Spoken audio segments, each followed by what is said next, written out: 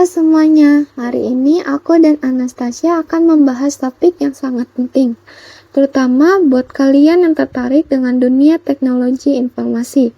Kami akan mengobrol tentang konsep dasar basis data, kelemahan pemrosesan file tradisional, hingga kelebihan pendekatan basis data, serta risiko yang menyertai dan database lifecycle. Simak sampai akhir ya. Wah, menarik sekali Meta. Tapi sebentar, basis data itu apa sih? Kayaknya sering dengar tapi belum paham betul. Nah, itu dia. Yuk kita mulai dari konsep dasarnya dulu. Jadi, basis data atau database adalah kumpulan data yang terorganisir dan disimpan secara sistematis di dalam komputer.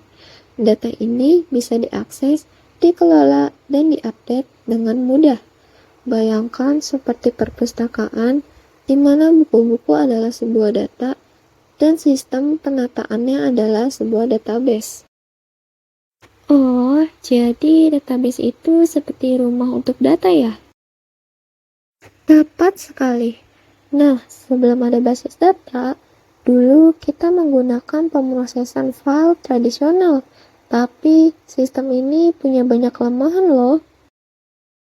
Nah, pemrosesan file tradisional itu menyimpan data dalam file yang terpisah, seperti file Excel atau teks.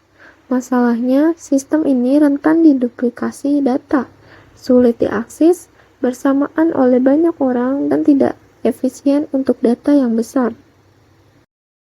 Wah, kalau begitu pasti repot ya kalau datanya banyak. Betul sekali, makanya muncul pendekatan basis data yang lebih modern. Yuk kita bahas kelebihannya. Pendekatan basis data punya banyak keunggulan. Yang pertama, data terpusat, jadi tidak ada duplikasi. Yang kedua, akses bersamaan oleh banyak user. Yang ketiga, keamanan data lebih terjamin dengan sistem autentikasi. Dan yang paling penting, skalabilitas, artinya bisa menangani data yang terus bertambah.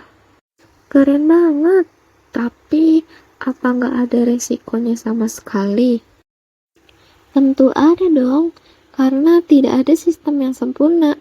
Yuk kita bahas resikonya. Resiko utama basis data adalah keamanan.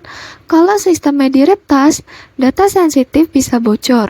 Lalu, kerusakan hardware bisa menyebabkan data hilang. Selain itu, kesalahan manusia seperti salah input ataupun hapus data juga bisa terjadi. Wah, berarti harus hati-hati ya dalam mengelolanya. Betul, makanya penting untuk memahami database lifecycle atau siklus hidup basis data. Database lifecycle terdiri dari beberapa tahap. Yang pertama adalah tahap perencanaan. Di tahap perencanaan yaitu menentukan kebutuhan dan desain dari database. Yang kedua, implementasi, yaitu membuat dan mengisi database.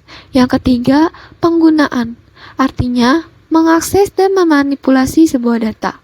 Yang keempat yaitu pemeliharaan, yaitu backup, update, maupun optimasi. Dan yang terakhir adalah pensiun, yang mengartikan mengarsip ataupun menghapus database yang sudah tidak digunakan.